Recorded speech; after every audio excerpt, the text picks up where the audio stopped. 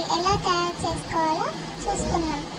ఇంట్లో హౌసెస్ కానీ లేకపోతే బ్యాచిలర్స్ కానీ చాలా ఈజీగా వంకాయ కూరను ఎలా తయారు చేసుకోవాలో చూసుకున్నాం.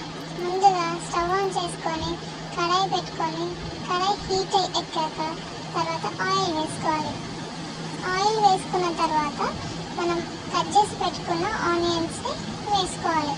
ఆనియన్ కాస్త వేడయ్యాక అందులో పసుపు, ఉప్పు వేసుకొని కొద్దిగా ఉల్లిపాయలను వేగనివ్వాలి. దాని తర్వాత కొంచెం కరివేపాకు వేసుకొని ఉల్లిపాయలను గోల్డెన్ కలర్ వచ్చే వరకు వేగనివ్వండి.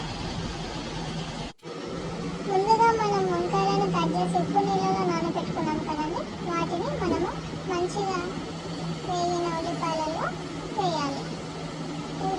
వంకాయలు అనేటివి మంచిగా సాఫ్ట్గా వచ్చే వరకు వాటిని మగ్గనివ్వాలి. మనం కాసేపు మూత పెట్టుకొని వంకాయలను మగ్గనిద్దాం.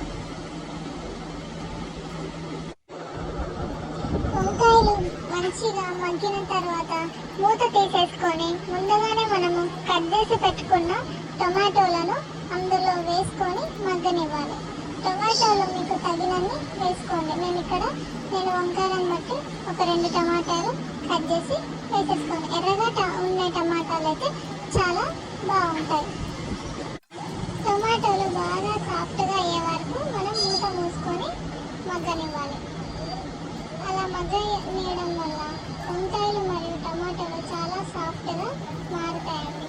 దీని తర్వాత మనం అందులోకి తగినంత కొబ్బరి పొడిని యాడ్ చేసుకోవాలి. కొబ్బరి పొడి యాడ్ చేసుకున్న తర్వాత కొంచెం కారం వేసుకోవాలి.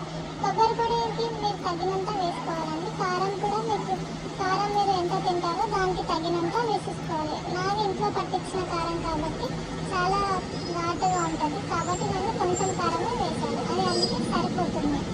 ఈ రెండు కొంచెం కలిపిన తర్వాత బాగా మగ్గిన తర్వాత అందులో కొన్ని నీళ్ళు వేసుకొని బాగా ఉడకనివ్వాలి. అలా కొన్ని నీళ్ళు వేసుకొని ఒక 10 నుంచి 15 నిమిషాలు బాగా ఉడకనిస్తే మనకు వంకాయలు టమాటాలు మరియు మంచిగా మెత్తగా ఉడికిపోతాయి. దీని తర్వాత కొన్ని ఎల్లిపాయలు ఒలిచి పెట్టుకోవాలండి. మనం ఎల్లిపాయలు వేయడం ద్వారా కూర టేస్ట్ అనేది చాలా పెరుగుతుంది. మనకు అసలైన టేస్ట్ వచ్చేది మనం లాస్ట్లో వేసుకున్న ఈ ఎల్లిపాయల మిశ్రమాన్ని. ముందుగా ఎల్లిపాయలు రోల్లో వేసుకొని జీలకర్ర పొడి, ధనియాల పొడి, గరం మసాలా 3 వేసుకొని బాగా దంచుకోవాలి. ఈ దంచుకున్న దాన్ని మనము వంకాయలో వేసి చివరిగా బాగా కలుపుకోవాలి. కొంచెం మగ్గిన తర్వాత మనము కూరని బాగా కలుపుకోవాలి. చివరిగా మనం లైట్గా మీకు కావాల్సినంత గ్రేవీ ఉండేలాగా చూసుకొని స్టవ్ ఆఫ్ చేసుకోవాలి.